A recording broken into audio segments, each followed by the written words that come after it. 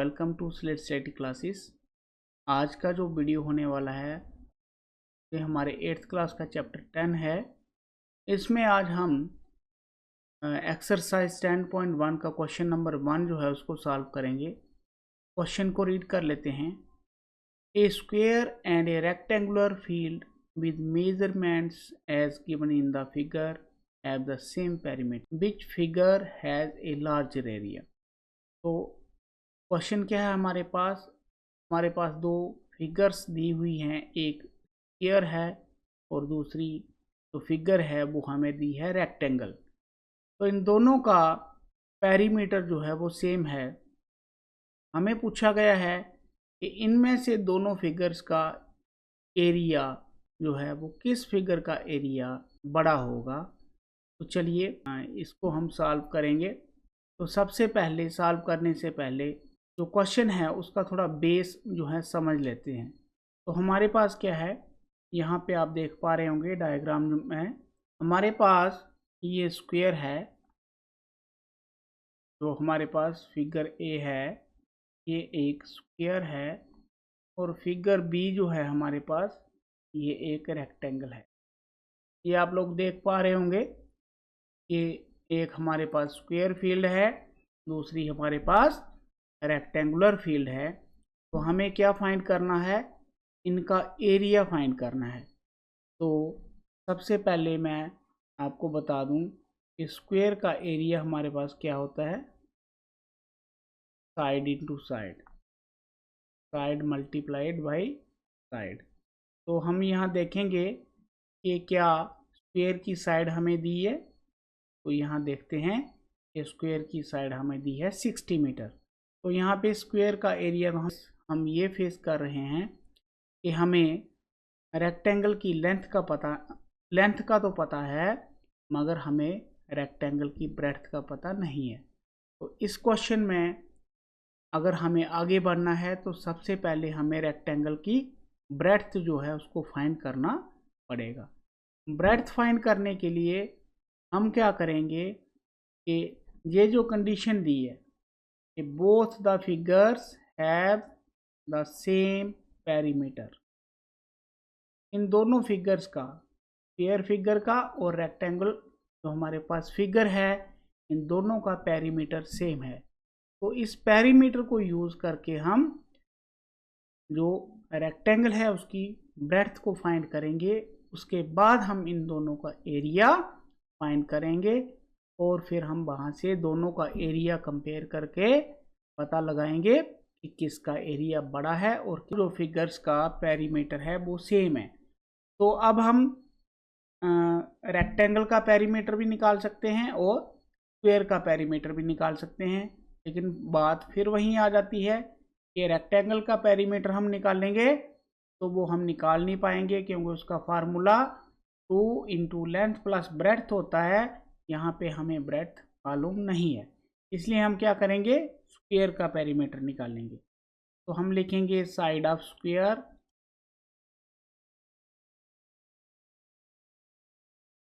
कितनी है हमारे पास 60 मीटर्स, therefore its perimeter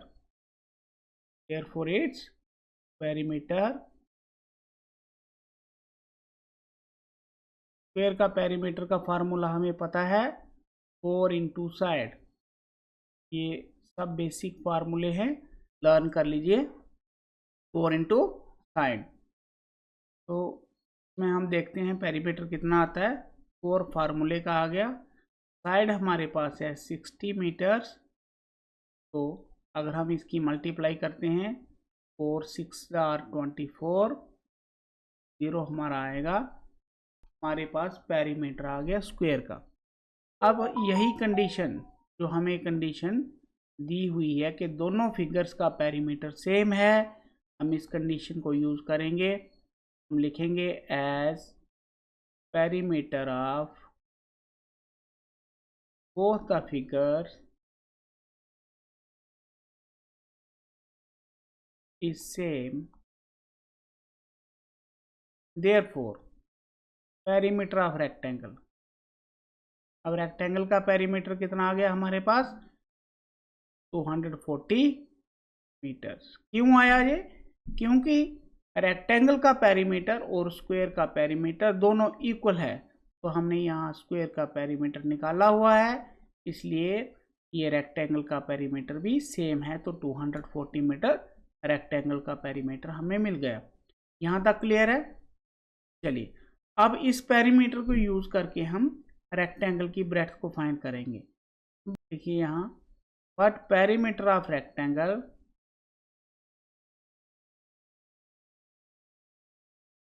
इसके इक्वल है, फार्मूला इसका क्या होता है, 2 into length plus breadth.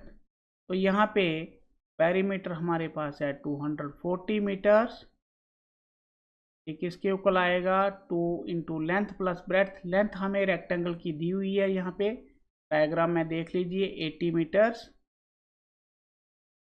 Plus यहाँ पे आ गया हमारा ब्रेड्थ 240 मीटर्स इक्वल टू, अब हम यहाँ 2 से 80 को मल्टीप्लाई करेंगे, 2 से 80 को मल्टीप्लाई करेंगे तो 160 आएगा, प्लस 2 को b से मल्टीप्लाई करेंगे तो 2b आएगा हमारे पास, और सिंप्लीफाई करेंगे इसको,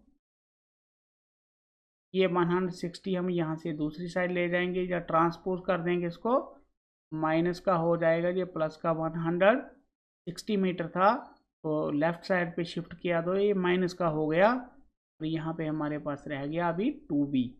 इसको माइनस करिए, 0 से 0 0, 4 से 6 नहीं जाते तो 14 से 6 करेंगे 8, यहाँ 1 बचा, 1 से बन गया तो 0। तो सब्ट्रैक्शन आपको आनी चाहिए अभी, क्योंकि ये 8th क्लास है। यहाँ पे आ गया 80 मीटर इक्वल टू 2b, और b हमारे पास आएगा यहाँ 80 मीटर अपॉन 2 इक्वल टू, हम इसको डिवाइड कर देंगे 40 मीटर। तो हमने यहाँ पे ब्रेड्थ जो है वो फाइंड आउट कर ली है, ब्रेड्थ हमारे पास आ गई है रेक्टेंगल की 40 मीटर। चलिए हम नेक्स्ट स्लाइड पे चलते हैं।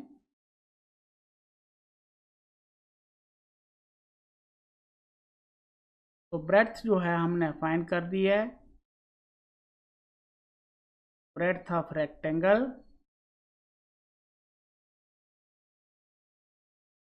Equal to 40। नाउ अब हमको दोनों का एरिया फाइंड करना है, तो एरिया ऑफ स्क्वायर देख लीजिए, सबसे पहले हम एरिया ऑफ स्क्वायर निकालेंगे, तो इसका फार्मूला होता है side multiplied by side. Square की साइड हम क्वेश्चन में देख रहे हैं, मैं दी है 60 मीटर, और इसका हम 60 मीटर से मल्टीप्लाई करेंगे, 6 इंटू 6 36, 0 0 ये वाला आ जाएगा स्क्वायर। एरिया ऑफ स्क्वायर क्या हमारे पास आ गया, area of square 3600 metre square. Now अब हमें रेक्टेंगल का एरिया फाइंड करना है। नाउ एरिया ऑफ रेक्टेंगल, एक इसके बराबर फार्मूला होता है, फार्मूला बोलिए इसका, लेंथ इनटू ब्रेड्थ। लेंथ हमें दी है इसकी 80 मीटर, ये क्वेश्चन में देख लीजिए फिगर में, और ब्रेड्थ हमने फाइंड आउट की है यहाँ पे 40 मीटर। दोनों की मल्टीप्लाई करिए, 8 को 4 से मल्टीप्लाई करेंगे, आएगा हमारे पास 32, 0 और 0 लगा देंगे यहाँ पे, तो 3200 मीटर स्क्वायर। अब देखो कंपैरिजन करो, स्क्वायर का एरिया हमारे पास आया था 3600 मीटर स्क्वायर, और रेक्टेंगल का एरिया हमारे पास आ गया है 3200 मीटर स्क्वायर। किसका एरिया ज़्यादा है, कंपेयर करिए, ये वाला ज़्यादा है, तो हम लिखेंगे square field as larger area. Larger, कई बार क्वेश्चन में पूछ भी लेते हैं कि कितना बड़ा है, कितना ज़्यादा है, तो हम दोनों को माइनस कर देंगे और हमारा आंसर जो है वो आ जाएगा। लेकिन इस क्वेश्चन में हमें यहाँ तक ही पूछा है कि किसका एरिया जो है वो ज़्यादा है, तो हमने लिख दिया यहाँ पे स्क्वायर फील्ड का एरिया जो है वो ज़्यादा है। तो ये था आज का क्वेश्चन। कैसा लगा आपको? अपनी जो राय है उसको कमेंट में ज़रूर रखिएगा। अगर ऐसे ही वीडियो आपको चाहिए, इस चैनल पे बने रहें, सब्सक्राइब का बटन दबा दीजिए, बिल्कुल फ्री है। मैं आपकी हेल्प इसी तरह करता रहूँगा। तब तक जय हिंद, जय भारत।